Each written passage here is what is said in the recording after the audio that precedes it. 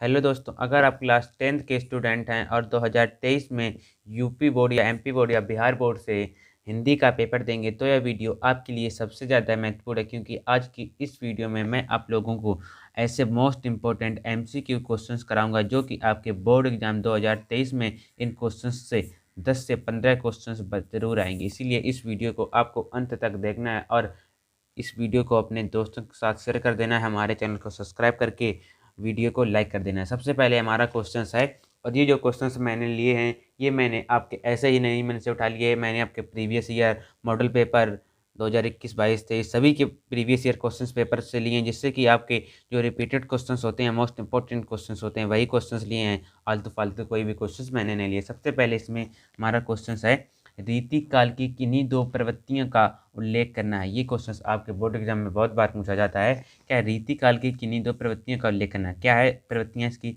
श्रृंगार रस की प्रधानता और प्रेम भावना का चित्रण। मैंने आपको 4 ऑप्शंस नहीं लिखा है, सीधा आंसर्स लिखाया है, जिससे कि आप लोगों को ज़्यादा समय भी ना लगे और आप कम समय में अच्छी पढ़ाई कर सकें।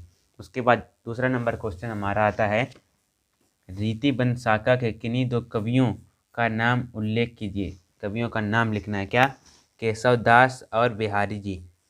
इसकी मैंने एक एक रचना भी लिख दी। अगर उसमें रचना पूछी जाए तो आप लिख देना क्या क्या। बिहारी, सतसई और रामचंद्र का। इस बार आपके 20 एमसीक्यू आएंगे जो कि आपके वो एमआर पर भरने होंगे। उस पर भी मैंने आपको किस प्रकार से भरनी है उस पर भी मैंने वीडियो बना दी है। इस प्रकार से आपके बोर्ड एग्जाम में वो एमआर सीट आपको मिलेगी। इसको किस प्रकार से भरना है मैंने उस पर वीडियो बना दी है। अगर आपने अभी तक वह वीडियो नहीं देखी है तो जाकर देख लें, उसकी भी लिंक आपको डिस्क्रिप्शन बॉक्स में मिल जाएगी। तीसरा नंबर हमारा क्वेश्चन आता है, द्विवेदी युग की किन्हीं दो कवियों के नाम लिखिए। द्विवेदी युग के हमें कवियों के नाम लिखना है। क्या? एक तो हमारे द्विवेदी युग के हो गए मैथिली शरद गुप्त जी, एक हमारे हो गए पंडित नाथूराम शर्मा, और जो मैथिली शरद गुप्त जी की एक संस्कृत रचना है। रचनाओं को भी आपको सभी लेखकों और की रचनाएं आपको याद कर लेनी। चौथा नंबर क्वेश्चन है हमारा, द्विवेदी युग की किन्हीं दो विशेषताएं को लिखिए। द्विवेदी युग की विशेषताएं क्या क्या हैं? देश प्रेम की भावना, देश प्रेम की भावना, सामाजिक समस्याओं का चित्रण। ये क्या है द्विवेदी युग में। पांचवा नंबर क्वेश्चन है हमारा, छायावादी युग की किन्हीं दो विशेषताओं का उल्लेख कीजिए। छायावादी युग की विशेषताएं लिखनी। पहली हमारी विशेषता है सौंदर्य भावना। क्या? सौंदर्य भावना। दूसरी हमारी है रहस्य भावना। और छायावादी युग को किन किन युगों से जाना जाता है? छायावादी युग को शुक्ल युग, प्रसाद युग, प्रेमचंद युग आदि नामों से जाना जाता है। ठीक, उसके बाद हमारा नेक्स्ट क्वेश्चन आता है, क्या? एक मिनट रुक जाइए। छठवां नंबर क्वेश्चन आता है हमारा, छायावादी युग के कवियों का नाम व उनकी रचनाएं का उल्लेख कीजिए। सबसे पहले हमारी आता है जयशंकर प्रसाद जी हैं, महादेवी वर्मा जी हैं, सुमित्रानंद पंत जी हैं। आपसे एक पूछेगा और उस मतलब ऑप्शंस देगा, जैसे छायावादी युग के कवि कौन कौन से हैं, जैसे कह देगा जयशंकर प्रसाद जी हैं। इस प्रकार से आपको 4 ऑप्शंस दे देगा। आचार्य रामचंद्र शुक्ल जी हैं, कि धर्मवीर भारती जी हैं, कि जयशंकर प्रसाद जी हैं। इस प्रकार से आपको जो राइट आंसर हो वही आपको ओएमआर शीट में रंग देना है, ब्लैक या वाइट ब्लू पेन से। ठीक है, उसके बाद 7वां नंबर क्वेश्चन आता है, प्रगतिवाद युग की किन्हीं दो विशेषताएं को लिखिए। ये तो क्वेश्चन आपके आए आ सकता है बोर्ड एग्जाम में। उसके बाद हमारी 8वां नंबर क्वेश्चन है, प्रगतिवाद युग की किन्हीं दो कवियों के नाम उनकी रचना का उल्लेख कीजिए। पहला हमारे यहाँ रामधारी सिंह दिनकर जी, जिनकी है ग्रंथि चंद्रबड़ा, इनकी रचना है, और सूर्यकांत त्रिपाठी निराला, सुमित्रानंद पंत, इनकी ये रचना है। परशुराम की प्रतीक्षा और तुलसीदास जी, इनकी है सूर्यकांत त्रिपाठी निराला जी की। ठीक है, 9वां नंबर क्वेश्चन है, प्रयोगवादी युग की किन्हीं दो प्रवृत्तियों का उल्लेख कीजिए। प्रयोगवादी युग की प्रवृत्तियां कौन कौन है? निराशा का स्वर, श्रृंगार रस की प्रमुखता। उसके बाद नेक्स्ट क्वेश्चन हमारा आता है, प्रयोगवादी काव्य धारा के किन्हीं दो कवियों के नाम एवं रचनाएं लिखिए। क्या है? धर्मवीर भारती जी और गिरिजा कुमार माथुर। इनकी कौन कौन ये इनकी रचनाएं हैं। उनके बाद नेक्स्ट क्वेश्चन आता है हमारा, क्या है? आकाशदीप के रचनाकार का नाम। आकाशदीप के रचनाकार कौन जी हैं? आकाशदीप के रचनाकार जयशंकर प्रसाद जी हैं। और यह किस विधा की रचना है? तो आकाशदीप कहानी विधा की रचना है। उसके बाद नेक्स्ट क्वेश्चन आता है हमारा, अर्धनारीश्वर किस विधा की रचना है? जो अर्धनारीश्वर है वह मोस्ट इंपॉर्टेंट है आपके क्लास 10 के लिए। किस विधा की रचना है? निबंध विधा की रचना है और किसकी रचना है? यह रामधारी सिंह दिनकर जी की रचना है। मैंने आपके एक क्वेश्चंस में दो क्वेश्चंस बना दिए हैं, जिससे कि आप लोगों के कम समय में ज़्यादा क्वेश्चंस की तैयारी हो सके। उसके बाद 13 नंबर क्वेश्चन हमारा आता है, कलम का सिपाही किस विधा की रचना है? ये भी आपके लिए मोस्ट इंपॉर्टेंट है। किस विधा की रचना है? जीवनी विधा की रचना है, और किसने लिखी है? अमृत राय जी ने यह लिखी है।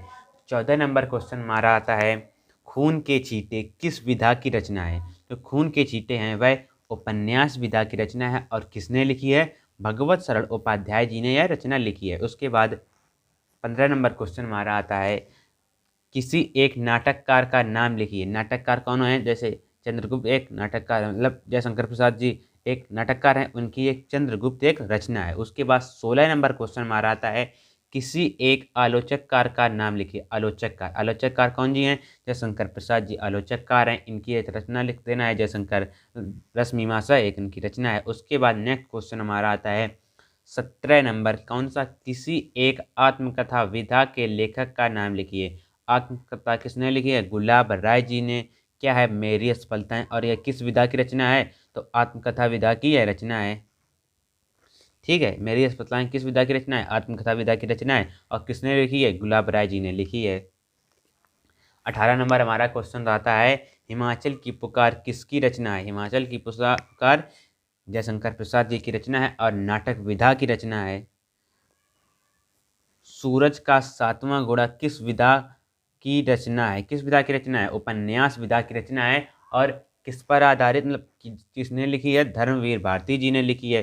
फिर 20वां नंबर क्वेश्चन आता है हमारा, हिंदी साहित्य का इतिहास किसकी रचना है? हिंदी साहित्य का इतिहास है आचार्य रामचंद्र शुक्ल जी की रचना है। और आचार्य रामचंद्र शुक्ल की एक और रचना बताई थी मैंने, चिंतामणि, इनकी भी एक और रचना, ये भी आपको याद कर लेना। फिर हमारा नेक्स्ट क्वेश्चन आता है, इंद्रजाल किसकी रचना है?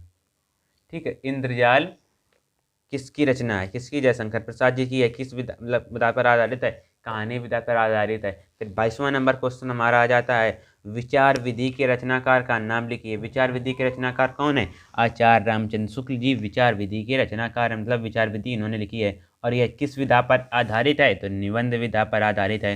ये जो विधा होती हैं और इनकी जो रचनाएं होती हैं, ये आपके लिए मोस्ट इंपॉर्टेंट। फिर आवारा मसीहा किस विधा पर आधारित है? तो जीवनी विधा पर आधारित है। किसकी है? विष्णु प्रभाकर जी की। ये आपके 2021 में आया था, 2020 में भी आ चुका है, 2019 में भी आया था, इसको भी आपको याद कर लेना है। फिर 14 नंबर क्या है, मेरी असफलताएं किस विधा पर आधारित हैं? तो किस विधा पर आधारित हैं? आत्मकथा विधा पर आधारित हैं। और किसने लिखी है? यह बाबू गुलाब राय जी ने यह लिखी है। उसके बाद जो नेक्स्ट क्वेश्चन हमारा आता है, क्या है? नीड का निर्माण फिर किसकी सॉरी, लहरों का राजहंस के लेखक कौन है? जो लहरों के राजहंस हैं उसके लेखक कौन है? मोहन राकेश जी हैं। और किस विधा पर आधारित है? नाटक विधा पर आधारित है। फिर 26वां नंबर क्वेश्चन आता है हमारा, क्या भूलूं क्या याद करूं किसकी रचना है? किसकी रचना है? हरिवंश राय बच्चन जी की यह रचना है। और किस विधा पर आधारित है? तो आत्मकथा विधा पर आधारित है। 27वां नंबर क्वेश्चन है, नीड का निर्माण फिर किसकी रचना है? तो नीड का निर्माण है वो किसकी रचना है? हरिवंश राय बच्चन जी की यह रचना है। और किस विधा पर आधारित है? तो आत्मकथा विधा पर यह आधारित है। 28वां नंबर क्वेश्चन हमारा आता है, मैला आंचल किसकी रचना है? तो मैला आंचल फलीश्वर नाथ रेणु जी की यह रचना है। और किस विधा पर आधारित है? तो उपन्यास विधा पर यह आधारित है। फिर नेक्स्ट क्वेश्चन आता है इसी हमारे साथ में 29वां नंबर, क्या अतीत के चलचित्र के लेखक का नाम बताइए। अतीत के चलचित्र कौन है लेखक? महादेवी वर्मा जी हैं। और किस विधा पर आधारित है? रेखाचित्र विधा पर आधारित है। फिर उसके बाद 30वां नंबर क्वेश्चन हमारा आता है, इसमें मैंने 40 क्वेश्चन आपको कराए हैं, और हर एक क्वेश्चन में दो क्वेश्चन हो गए, तो 40 गुणा 2 80 क्वेश्चन आपके हो जाएंगे। और आप 80 क्वेश्चन को आप बोर्ड एग्जाम में याद कर लेंगे या समझ ही लेंगे। आपको किसी भी चीज़ को याद नहीं करना होता, आपको सिर्फ समझना होता है। कॉन्सेप्ट, उसके पीछे कॉन्सेप्ट क्या है उसको आपको समझना होता है। पर हिंदी में आपको कुछ थोड़ा बहुत याद करना होता है। ठीक है, उसके बाद 80 क्वेश्चन आपके इस वीडियो में हो जाएंगे। ठीक है, 30वां नंबर क्वेश्चन हमारा आता है, किसी एक एकांकी लेखक का नाम लिखिए। एकांकी लेखक कौन है? राम कुमार वर्मा जी कैसे हैं? एकांकी लेखक। इनकी रचना एक है दीपदान, एकांकी विधा की रचना है। और किसकी रचना है?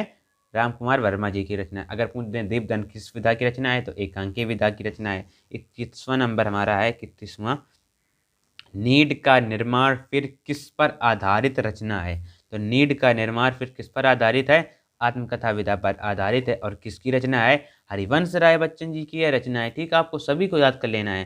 फिर 32वां नंबर क्वेश्चन हमारा आता है, अशोक के फूल के लेखक कौन है। जो अशोक के फूल है रचना, उसके लेखक कौन है, हरि प्रसाद द्विवेदी, हजारी प्रसाद द्विवेदी जी इसके लेखक हैं। और किस विधा पर आधारित है, तो यह निबंध विधा पर आधारित है। 33वां नंबर हमारा क्वेश्चन आता है, गेहूं और गुलाब किस विधा की रचना है। तो गेहूं और गुलाब निबंध विधा की रचना है। और किस पर आधारित है, तो रामवृक्ष बेरीपुरी जी ने यह लिखी है। और किस विधा पर आधारित है, तो निबंध विधा पर आधारित यह रचना है। उसके बाद जो नेक्स्ट क्वेश्चन हमारा आता है 34वां नंबर, सेवा सदन के लेखक का नाम लिखो। सेवा सदन के लेखक कौन है, मुंशी प्रेमचंद जी सेवा सदन के लेखक हैं। और किस विधा पर आधारित है, तो उपन्यास विधा पर यह आधारित है। 35वां नंबर हमारा क्वेश्चन आता है, तीर्थ सलिल के लेखक कौन है। तो तीर्थ सलिल के लेखक हैं सत्येंद्र नाथ जी इसके लेखक हैं। और किस विधा पर आधारित है, अनुदित काव्य पर आधारित है। 36वां नंबर क्वेश्चन आता है फिर हमारा, हिंदी गद्य साहित्य के जनक कौन है। हिंदी गद्य साहित्य के जनक कौन है, भारतेंद्र हरिश्चंद्र जी। और आपकी इनको एक रचना हमें कमेंट बॉक्स में बतानी है। ठीक है, इनकी एक रचना हो जो इसको आप हमें कमेंट बॉक्स में बताएंगे, भारतेंद्र हरिश्चंद्र जी की एक रचना को। फिर 37वां नंबर क्वेश्चन आता है, विश्व साहित्य की रूपरेखा के लेखक कौन है। तो उसके जो लेखक हैं वो हैं भगवत सरल उपाध्याय जी लेखक हैं। और किस विधा पर आधारित है, तो कृति विधा पर यह आधारित है। ठीक है, उसके बाद नेक्स्ट क्वेश्चन आता है, रसमीमांसा कृति के रचनाकार कौन है। रसमीमांसा कृति के रचनाकार कौन है, रामचंद्र शुक्ल जी इसके रचनाकार हैं। और किस विधा पर आधारित है, तो उपन्यास विधा पर यह आधारित है। उसके बाद नेक्स्ट क्वेश्चन आता है हमारा, त्यागपत्र के लेखक कौन है। तो त्यागपत्र के लेखक कौन है, जैनेन्द्र कुमार जी इसके लेखक हैं। और यह किस विधा पर आधारित है, इसको आपको कमेंट बॉक्स में हमें बताना है।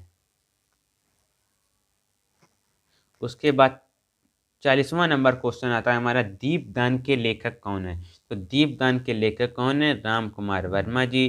किस विधा पर आधारित है, एकांकी विधा पर। तो ये तो हो गए आपके 40 हिंदी के most important MCQ, multiple choice questions, या आप इसे बोल सकते हैं बहुविकल्पी क्वेश्चंस। ठीक है, अगर इन 40 क्वेश्चंस को आप याद कर लेते हैं तो आपके लगभग 80 क्वेश्चन की तैयारी हो जाएगी।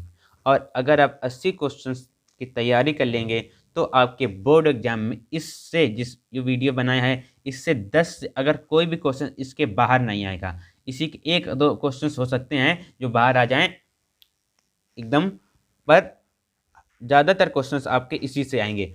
और कुछ क्वेश्चंस आपके उससे भी आएंगे, जैसे अलंकार से रिलेटेड, रसचंद अलंकार से रिलेटेड, कुछ इस प्रकार से आपको कुछ क्वेश्चंस आएंगे।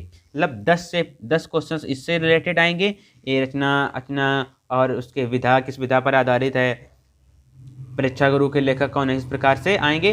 और 10 से 10 जो एमसीक्यू होंगे तुम्हारे आपके, वो आपके जैसे इसका प्रत्यय क्या है, इसकी पर्यायवाची क्या होगी, इसका उपन्यास क्या होगा, इस प्रकार से आपका सारी आएंगी। वो आपके 10 नंबर के होंगे। 10 नंबर के इससे रिलेटेड आएंगे जो मैंने अभी बताया है। और 10 वो अलंकार छंद किस विभक्ति का किस वचन से है, इस प्रकार से आपके 10 क्वेश्चन आएंगे। उनकी भी तैयारी आपको कर लेनी है। इस वीडियो को आपको अपने दोस्तों के साथ शेयर कर देना है, वीडियो को लाइक कर देना है, चैनल को सब्सक्राइब कर देना है।